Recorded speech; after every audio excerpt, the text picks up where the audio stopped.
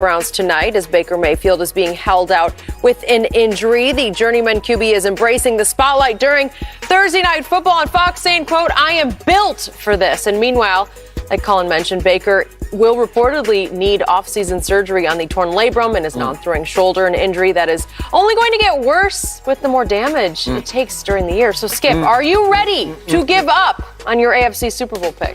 It's getting late early in Cleveland. Yeah. I am not quite ready to give up because I'm hoping Case Keenum can go Minnesota Miracle on your Broncos tonight on Thursday Night Football.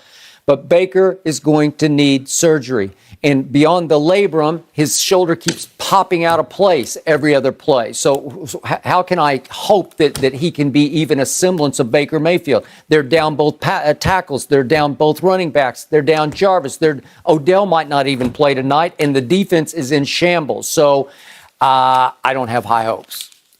This is a game the Broncos better win, and they should win, or Coach Fangio is going to be in trouble. True. I would With agree. all the absences that they have on Cleveland's side of the football, this is a game they need to win, and I'm looking for Von Miller to be Defensive Player of the Year. He needs to get back to being that Defensive Player of the Year? Yeah, he needs to have that type of game. Yeah, he needs to have that type of a game, Skip, to put his imprint on it. So I'm expecting him. Case Keenum, do what you did for the Broncos. We'll be all over it tomorrow. Skip Shannon, good stuff. Heard us now. Have a good one. Here we go. Tom Brady will set another record Sunday when he faces the Bears. The 44-year-old GOAT will take on 22-year-old rookie Justin Fields, and the showdown will set a new NFL record for the largest age gap between starting quarterbacks. Shannon, on a scale of 1 to 10, how surprised are you that Brady is playing at such a high level at age 44? 2. A 2? Yeah, I'm giving him a 2. Yeah. How can it be a 2? Because I'm considering the team that he has around him. Do you believe Brady would be playing at this level if he was still in New England? Whose fault is that? No, it's not about whose fault. That's not. No, okay, right. Coach Belichick handled this poorly. And Mr. Kraft allowed Coach Belichick to handle this poorly. But the question was, if he had the same level of talent that they had last year and this year, do you believe Brady would be playing at this level? No, you don't. I would think he would be very good still. No, but Skip, the guy, hold on. He has 3 Pro Bowl receivers. His third receiver has 900 catches, which is Antonio Brown, who's been a many time first-team All-Pro.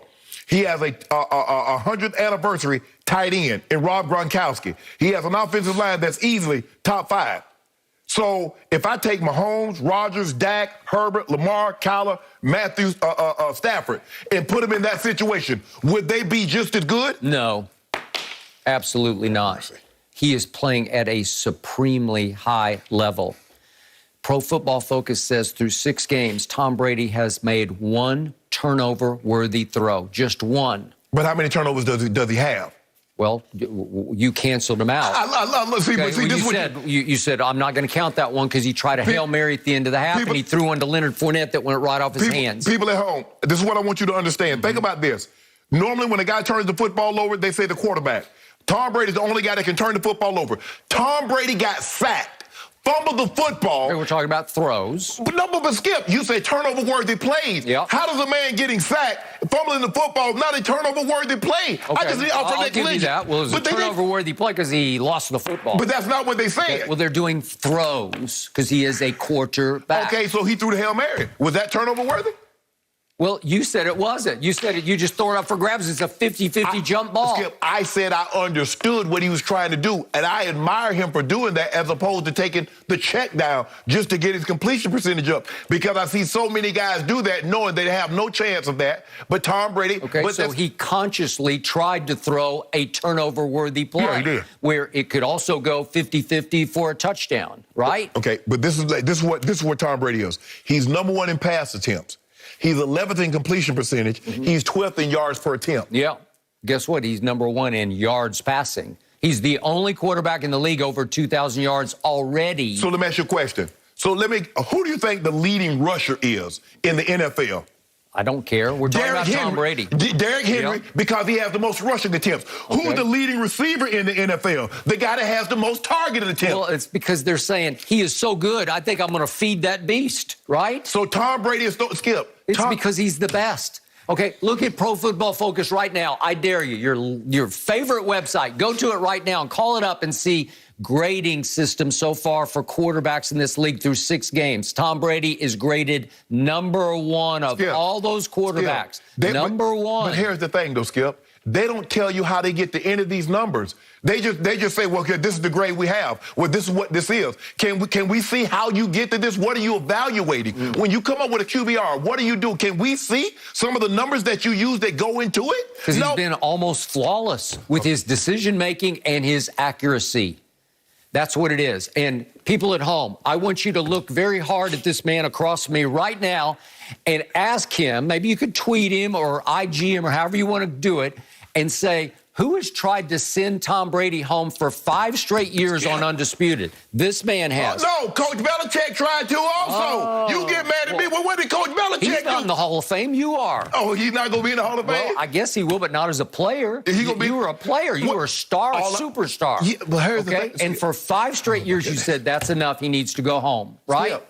Skip, but I was looking at it through the prism of him being in New England and what they had around him. Do you believe he could have prospered like he has the last 2 years if he's still in New England with a broken down junior? I still think he'd be pretty good. But he wouldn't be this. Am I correct? That's what the argument is. The argument isn't pretty good. The argument is this. Okay, but he's 44 years of age. He is shattering the mold of a quarterback's longevity. But he's already. No one's come close to doing this. And on the scale of 1 to 10, impressive. You're saying it's a 2. You should. Given the fact that you've tried to send him home, you should say, this is a 9. No, because he said it himself.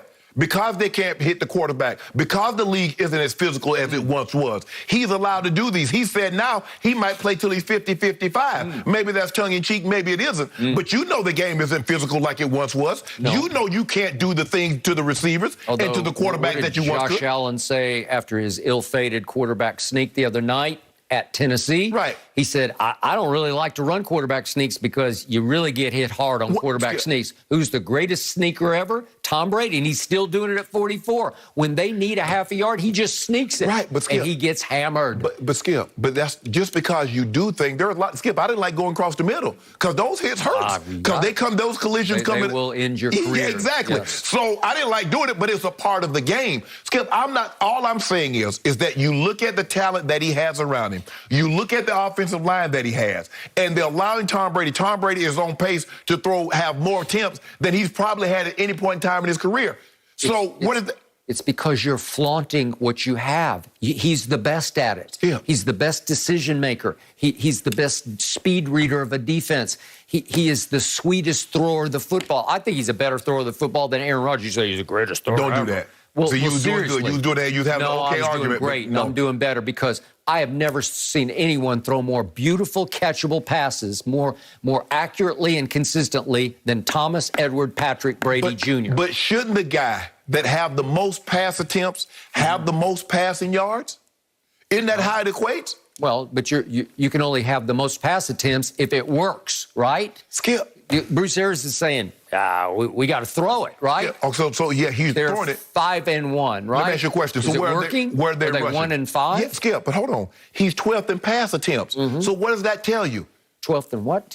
Yards passed per attempt. Okay. So that's not like he's throwing the ball like he's going bombs over Baghdad. Guess who has the most air distance in the entire league? The most the ball has traveled down the field is Tom Brady. Skip, you don't get it. Sorry. Skip, think about that. They put that stat in. So what is that? Guess who has the most fly ball outs in MLB? That ain't nothing to be proud of if he completing it. I know, but you just said he's got the lowest or one of the lowest yards per attempt. Yards per right? attempt, 12th in yards per attempt. Okay, well, he's throwing it the farthest. They are bombs away, no risk it, no biscuit. Let that sink in for just a second, what you just said. You said Tom Brady has the most air distance, but he's 12th in yards per attempt. So in other words, to get 12th with the most air distance is telling you there's a lot of screens, there's a lot of bubble screens, there's a lot of check downs. That's what that tells me. Sure, he always does that. He's the master of all that. Okay, then. But when it's time to go deep, he can go deep like nobody can. Because you told me back in his final year in New England, I see his arm talent is declining. That's what you told me. I see none. I kept telling you, I don't see a drop off at all. But and now we're to 44, and I think his arm's getting actually stronger. But what you did concede